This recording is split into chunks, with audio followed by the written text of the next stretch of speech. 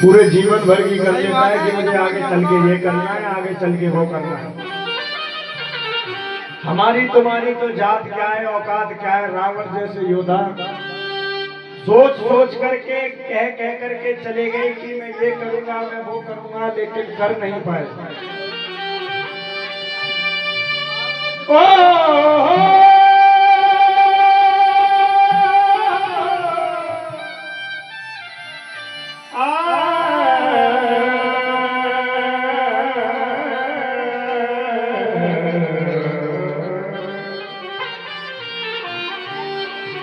किसी ने बड़ी सुंदर बात कही है कि शब्दों का ही मेल है, शब्दों का ही खेल है। शब्दों का ही मेल है, शब्दों का ही खेल है, और शब्दों से ही बच्चा पास है, और शब्दों से ही खेल है। देखिए, जब जगराता प्रारंभ हुआ तब बहुत सारी भीड़ थी, लेकिन श्रोता तीन प्रकार के होते हैं। एक तो होते हैं श्रोता, एक होते हैं श्रोता, और एक होते हैं श्रोता। श्रोता सुनने वाले, श्रोता काटने वाले, और श्रोता सोने वाले। जो सोने वाले थे वो भी चले गए, और जो काटने वाले थे वो भी चले गए। अब रह गए मैया के भक्त, यानी कि श्रोता। और आइए सुनने वाली चीजें सुनेंगे। किसी ने कहा कि जिंदगी में कुछ काम रह जाते हैं। हेलो, इंसान आता है चला जाता है, लेकिन जाने के बाद में सिर्फ एक चीज बचती है, और लेकिन वो चीज क्या है? जिंदगी में कुछ काम रह जाते हैं, इस धरा पर धरे नाम रहते हैं, और अंत में बचता है तो क्या? वो नाम नाम नाम, बस नाम रह जाते हैं। नाम नाम नाम, बस नाम रह जाते हैं।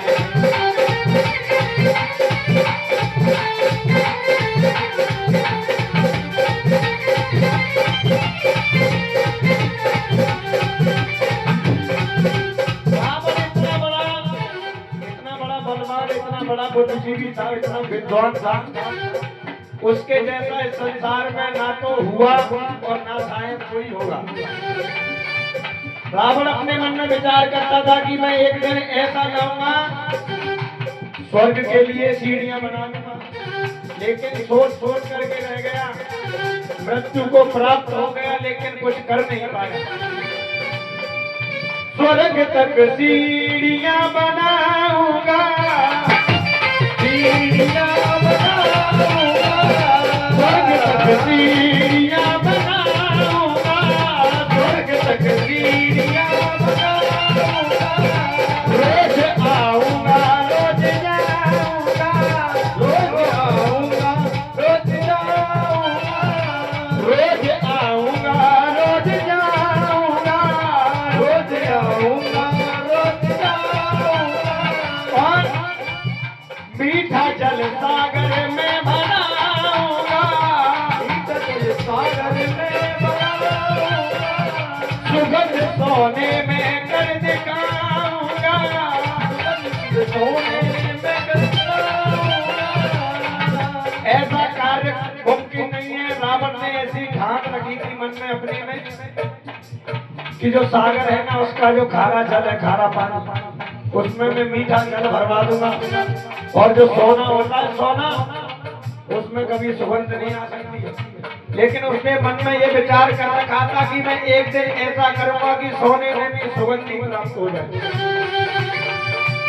वो सुगंध सोने में कर दिखाऊंगा, सुगंध सोने में कर दिखाऊंगा।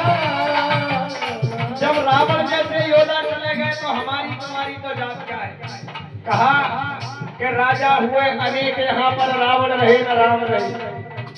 इस पृथ्वी पे न जाने कितने बड़े बड़े राजा हुए, महाराजा हुए, राजा हुए अनेक, यहाँ पर रावण रहे न राम रहे। और जो आए ले गए यहाँ से केवल उनके नाम रहे।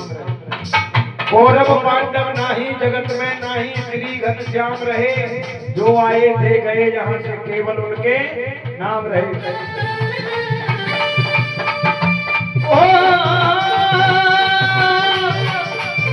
सुगंध सोने में कर दिखाऊंगा, सोने में कर दिखाऊंगा। रावण जैसे दिल थाम रह जाते हैं, वो नाम नाम नाम बस नाम रह जाते हैं।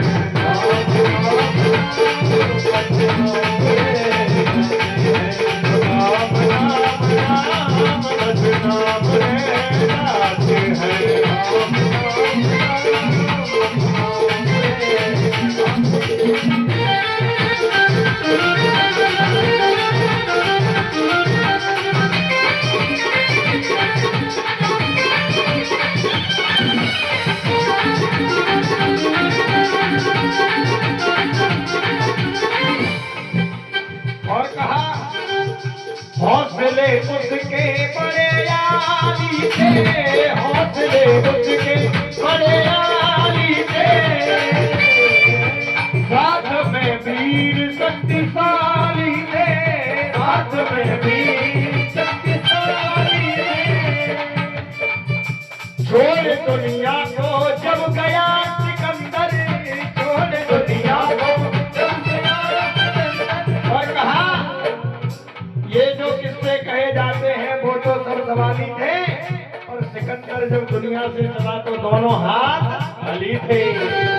छोड़ दुनिया को जब चला सिकंदर, छोड़ दुनिया को जब चला सिकंदर, उसके दोनों ही हाथ खाली थे, उसके दोनों ही हाथ खाली थे। परीक्षाओं के परिणाम रह जाते हैं, परीक्षाओं के परिणाम रह जाते हैं। अच्छा एक बात बताऊं, जैसे भैया का दरबार आज लगा है ना, ऐसे ही एक बड़ा सुंदर स्थान था जहाँ पर संतों का समागम लगा हुआ था। जहाँ सत्संग होता है, संत ब्राह्मण बैठते हैं, संतों का सत्संग हो रहा था, वहाँ अचानक से दारू वाला दारू पी के आता है। उसने संतों से कहा कि आप ये क्या कर रहे हो? महात्मा बोले भैया भगवान का भजन कर रहे हैं, सत्संग कर रहे हैं। दारूबाज ने कहा अच्छा तुम तो संत हो, तुम तो बाबा जी हो, तुम तो सत्संग कर लेना है, क्या ऐसा कोई उपाय है कि मैं भी सत्संग कर सकूं? संत बोले भैया भगवान का भजन हर कोई कर सकता है, भगवान के भजन के लिए किसी से कोई मना नहीं है। दारूबाज बोला अच्छा आप संत हैं, शायद आपको विदित होगा, आप जानते होंगे इस संसार में, इस दुनिया में सबसे बड़ा कौन है? संत बोले संसार में, इस दुनिया में सबसे बड़े भगवान है, जिन्होंने सृष्टि को रचाया है, जिन्होंने हमको तुमको आपको सबको जन्म दिया है। भगवान से बड़ा इस संसार में कोई नहीं है। दारूबाज ने कहा अरे भगवान ऐसे ही बड़े हैं, अगर भगवान बड़े हैं तो मंदिर में क्यों खड़े हैं? ऐसे ही बड़े हैं भगवान तो मंदिर में क्यों खड़े हैं? फिर बोला मंदिर बड़ा होगा तो, अरे जब मंदिर बड़ा है तो इस धरती पे क्यों खड़ा है? फिर कहा धरती बड़ी है, धरती बड़ी है तो शेषनाग के फन पे क्यों खड़ी है? शेषनाग बड़ा है, अरे जब शेषनाग ही बड़ा है तो भोले बाबा के गले में क्यों पड़ा है? भोले बाबा बड़े होंगे, भोले बाबा बड़े हैं तो कैलाश पर्वत पर क्यों खड़े हैं? फिर कहा कैलाश पर्वत बड़ा होगा, अरे जब कैलाश पर्वत ही बड़ा है तो रावण की हथेली पे क्यों रखा है? रावण बड़ा है, अरे जब रावण बड़ा है तो बाली की गांठ में 6 महीने क्यों दबाए? फिर कहा बाली बड़ा है, अरे जब बाली बड़ा है तो राम के बाण से क्यों मरा? फिर बोले राम बड़े हैं, और राम बड़े हैं, अगर राम ही बड़े होते तो सीता के विरह में जंगल में नहीं पड़े होते। फिर कहा सीता बड़ी है, अरे जब सीता ही बड़ी है तो अशोक वाटिका में क्यों पड़ी है? अशोक वाटिका बड़ी है, अरे जब अशोक वाटिका बड़ी है तो लंका में क्यों बसी है? फिर कहा लंका बड़ी है, और जब लंका बड़ी है तो हनुमान की पूंछ से क्यों जली है? फिर कहा हनुमान बड़े हैं, हनुमान बड़े हैं तो राम के पैरों में क्यों पड़े? संत बोले भैया घूम घाम के राम से ही तो शुरू हुए, और घूम घाम के वही राम पे आ गए। संतों ने हाथ जोड़ दिए, भैया हमारे बस की बात नहीं है, हम नहीं समझा पाएंगे आपको कि कौन बड़ा है। दारूबाज ने कहा किस चीज का सत्संग करते हो, किस बात के संत हो तुम, जब तुम्हें ये नहीं पता है कि इस संसार में इस दुनिया में सबसे बड़ा कौन है। लेकिन ये कलयुग की सच्चाई है, आजकल का इंसान एक पौआ पी करके और जो चौराहे पर पड़ा है ना वही सबसे बड़ा है। परीक्षाओं के परिणाम रह जाते हैं, परीक्षाओं के परिणाम रह जाते हैं। देखो अभी अभी नवदुर्गा निकल के गई है, आज शायद दशहरा है, अच्छा एकादशी है। अभी 2-3 दिन पहले की बात है, एक जगराता चल रहा था मैया का जागरण। देखो यहाँ का विषय अलग है, हमारे उधर का विषय अलग है, हर जगह का हर क्षेत्र का माहौल अलग है। मैं ऐसे ही भजन गा रहा, एक दादी बेटी करीब 60-65 साल उम्र रही होगी। मैंने जैसे ही गाना प्रारंभ किया मैंने कहा दादी आनंद आ रहा है। अब दादी की गर्दन तो पहले ही हिल रही है। दादी कह रही बेटा आनंद नहीं आया। 1-2 भजन गाए, 2-4 गाए, जैसे भैया ने गा दिया और भैया ने गा लिया, फिर मेरा नंबर आ गया। मैंने फिर से पूछा, मैंने कहा दादी आनंद आया? दादी बोली बेटा आनंद नहीं आया, क्योंकि गर्दन तो पहले ही हिल रही है, लेकिन दादी मुंह से भी बोल रही कि आनंद नहीं आया। फिर मैंने पूछा, 2-4 भजन गाए, फिर से पूछा, मैंने कहा दादी आनंद आया? दादी बोली लल्लू क्यों परेशान कर रहे हो, जब मैं तो कह रही हूँ आनंद ना आयो। आनंद मेरे बड़े छोरा के छोरा को नाम है, शाम के 7 बजे को बाइक लेके निकलो, अभी तक तो लौट के आयो ना है। अब पता, अब मैं कैसे कह दूं कि आनंद आ रहा है?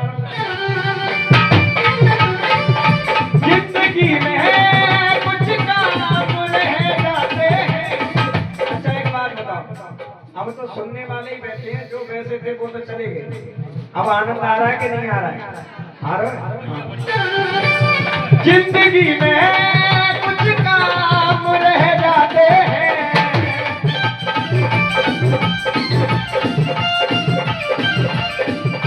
इस धरा पर धरे नाम रह जाते हैं। नाम नाम नाम बदनाम रह जाते हैं।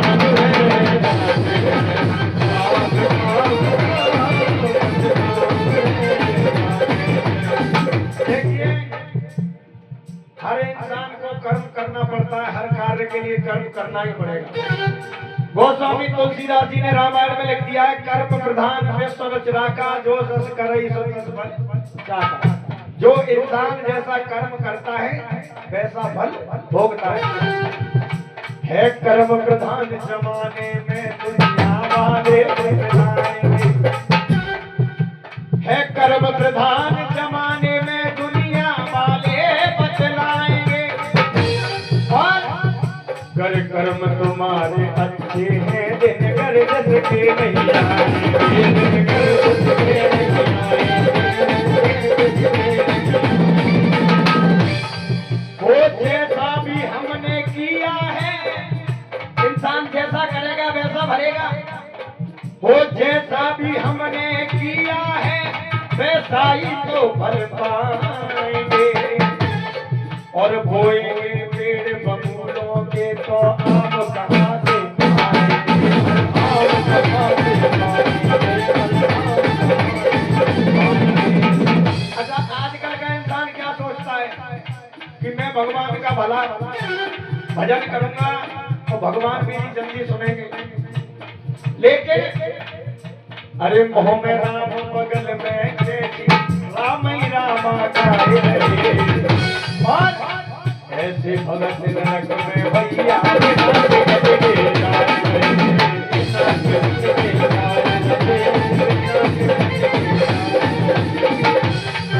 कहा